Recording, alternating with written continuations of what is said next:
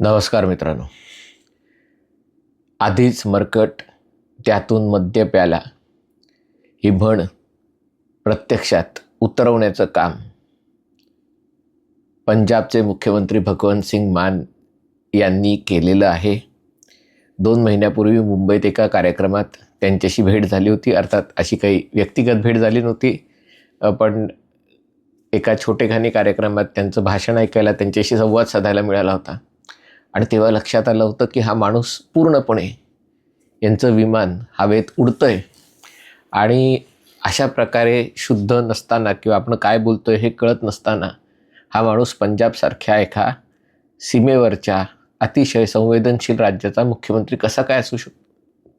आता नवीन झालं काय तर खरं तर या वर्षाच्या सुरुवातीपासूनच हे सुरू आहे, पण आता ते म्हणतात ना, गाणं समेवर आलेलं आहे.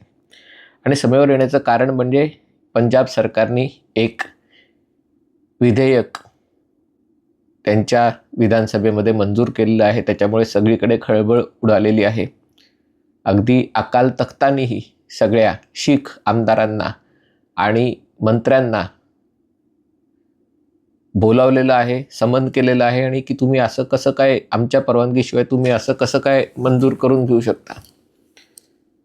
विधेयक कशाबद्दल आहे तर त्याला बेअदबी म्हणतात. म्हणजे गुरु ग्रंथ साहेब किंवा शिखांचे धर्मगुरू, त्यांचं गुरु ग्रंथ साहेब, त्यांचा ग्रंथ किंवा त्यांचे गुरु या सगळ्यांचा अपमान केला, त्याचं काही त्या ग्रंथ साहेब यांची चोरी केली, काही त्याची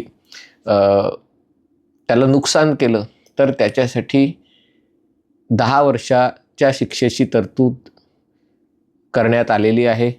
त्याच्या अपमानाचा जो पण काही क्रायटेरिया आहे त्याच्याबद्दलही अनेक आक्षेप घेण्यात येत आहेत. गंमत म्हणजे भारतीय न्याय संहितेच्या अंतर्गत हे विषय येतात आणि त्याच्यामध्ये कोणत्याही धर्माबाबत अवमानकारक बोलल्यास किंवा त्याचा काही जाणीवपूर्वक, हेतुपूर्वक अपमान केल्यास त्याला शिक्षेची तरतूद आहे, पण ती 3 वर्षाच्या शिक्षेची तरतूद आहे. त्याच्यासाठी दंड आहे तोही कमी आहे आणि जाणीवपूर्वक हे त्याच्यातलं महत्त्वाचं आहे. हा पंजाब सरकारचा कायदा आहे, त्यात काहीतरी वेगळंच आहे. तुम्ही म्हणाल याचा भगवंत सिंग मान यांच्याशी संबंध काय, तर या घटना साधारणतः अशा त्याची क्रोनॉलॉजी आहे. अचानक या वर्षाच्या सुरुवातीला भगवंत सिंग मान यांचे व्हिडिओ प्रसिद्ध झाले. व्हिडिओ अर्थात ताजे नाही आहेत, जवळपास 15 वर्षापूर्वीचे व्हिडिओ आहेत. आता ते 50च्या वरती आहेत आणि विमान उडून उडून उडून उडून त्यांची सगळी शरीराची ठेवण आणि सगळ्या गोष्टी बदललेल्या आहेत. पगडी आलेली आहे. पूर्वी जेव्हा ते विनोदवीर होते तेव्हा ते स्लिम अँड ट्रिम होते, पण एक गोष्ट कॉन्स्टंट आहे ती म्हणजे ग्लास नेहमी भरलेला हवा आणि त्या भरलेल्या ग्लासांनी सगळ्या गोष्टी बिघडवलेल्या आहेत. त्यांचा व्हिडिओ आहे तो त्यांनी शूट केला, त्यांच्याच मित्रांनी शूट केलेला आहे अशी सगळ्यांना खात्री आहे. आणि त्यांनीच नंतर काही कारणासाठी हे व्हिडिओ प्रसिद्ध केलेले आहेत. त्याच्यात असं दिसतंय की भगवंत सिंग मान आंतरवस्त्रांमध्ये, टी शर्ट आणि आंतरवस्त्रांमध्ये किंवा छोटी चड्डी घालून अगदी दारूच्या नशेत खोलीत येतात आणि खोलीत शिखांचे गुरु आहेत त्यांचे सगळ्यांचे फोटो आहेत.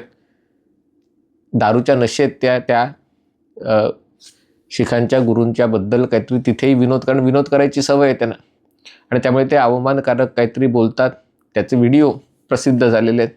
जेव्हा व्हिडिओ प्रसिद्ध झाला तेव्हा भगवंत सिंग मान यांनी लोणकडी थाप मारली की हा व्हिडिओ डॉक्टर्ड आहे.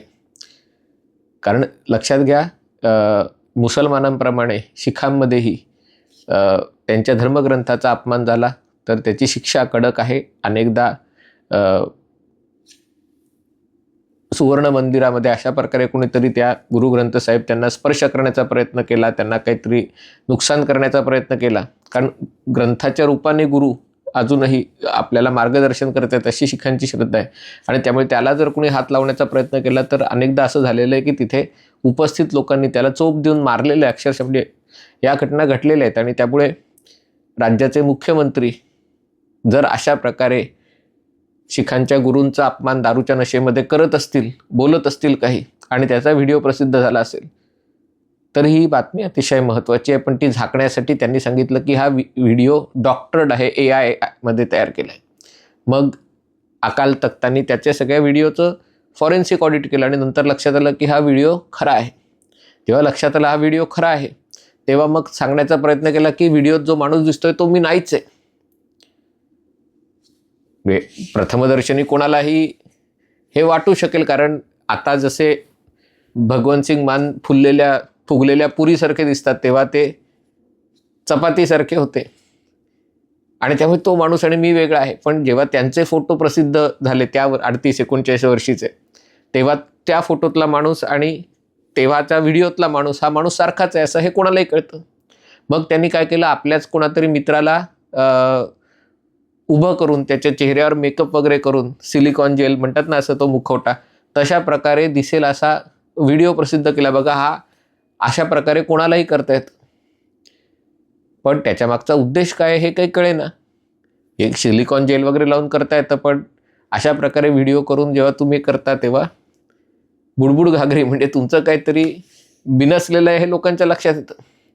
आणि त्याच्यामुळे मग घाईघाईत काय करण्यात आलं, तर हे पंजाबमध्ये विधानसभेमध्ये बेअदबी, सॅक्रिलेजिस म्हणतात, त्याच्याबद्दलचं एक विधेयक पारित करण्यात आलं. दुर्दैवाची गोष्ट अशी की आम आदमी पक्षाकडे 95 आमदारांचा पाठिंबा आहे, म्हणजे विरोधी पक्ष औषधापुरता आहे. आणि अशा प्रकारे जेव्हा विधेयकं विधानसभेमध्ये मांडली जातात तेव्हा ती मंजूर करताना त्याचं किमान 3 वेळेला वाचन होणं, म्हणजे एकदा विधेयक सादर करताना, त्याच्यावर चर्चा करताना आणि मग त्याची स्क्रुटिनी करताना 3 वेळेला त्याची चर्चा करणं. कोणताही कायदा, लोकांसाठी आपण कायदा करतोय, तो कायदे मंडळ आहे, विधानसभा आहे, तिथले आमदार ते सगळे टून असतील तर कल्पना नाही, पण त्यांच्याकडनं वाचलं जाणं अपेक्षित होतं आणि त्यांनी काहीही न करता कुठल्याही चर्चेशिवाय हे विधेयक मंजूर केलं. आता त्याच्यात 2 प्रश्न निर्माण होतात. पहिला प्रश्न कायद्याचा प्रश्न आहे की संसदेचा, म्हणजे कुठलाही कायदा तुम्हाला पास करायचा असेल तर तो केंद्राच्या कायद्याच्या कक्षेत असावा लागतो, घटनेच्या कक्षेत असावा लागतो. आणि त्याला जर पलीकडे जर तुम्हाला काही कायदा करायचा असेल तर त्याला राष्ट्रपतींची मंजुरी लागते. ते कोणतीही गोष्ट न करता, म्हणजे एकीकडे तुम्ही कायदेशीररित्या लक्ष्मण रेखा ओलांडलेली आहे. आणि दुसरा मुद्दा त्याच्यामध्ये येतो तो म्हणजे शीख पंथामध्ये अकाल तख्ताचं विशेष महत्त्वाचं आहे. आणि अशा प्रकारे धार्मिक बाबतीत जेव्हा तुम्ही कायदा करता आणि फक्त शीख पंथासाठी कायदा करता, बेअदबीसाठी, तेव्हा तुम्ही त्यांची परवानगी घेता का? त्यांच्या परवानगीशिवाय तुम्ही कायदे कसे करू शकता? आणि त्यामुळे असं दुहेरी उल्लंघन झालेलं आहे. माझ्या दृष्टीने दोन्ही उल्लंघन महत्त्वाची असली तरी घटनेचं, कारण कुठलीही गोष्ट घटनेच्या कक्षेत असावी लागते. आणि सगळ्यात गंमत म्हणजे हे सगळं होत असताना, म्हणजे अकाल तख्तांनी आमदारांना बोलवलं, ते गेले. भगवंत सिंग मान पूर्णपणे एकटे पडलेले आहेत. घुंगरू सेठ आणि त्यांचे दुसरे घुंगरू, म्हणजे त्यांनी देखील भगवंत मान यांना एकटं पाडलेलं आहे. कारण हा विषय असा आहे की हे चिखलात उडी मारण्यासारखं आहे किंवा तेल तापलेलं असेल त्याच्यात हात घालण्यासारखं आहे.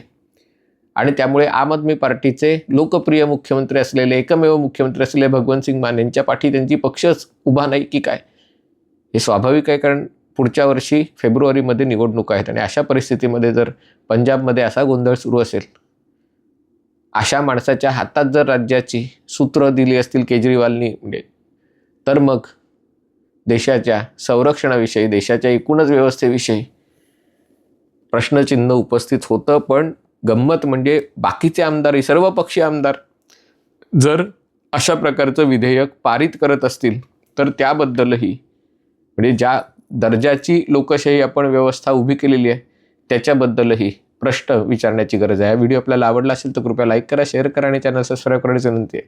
तुर्तास इथेच थांबतो. पाहत रहा MH48.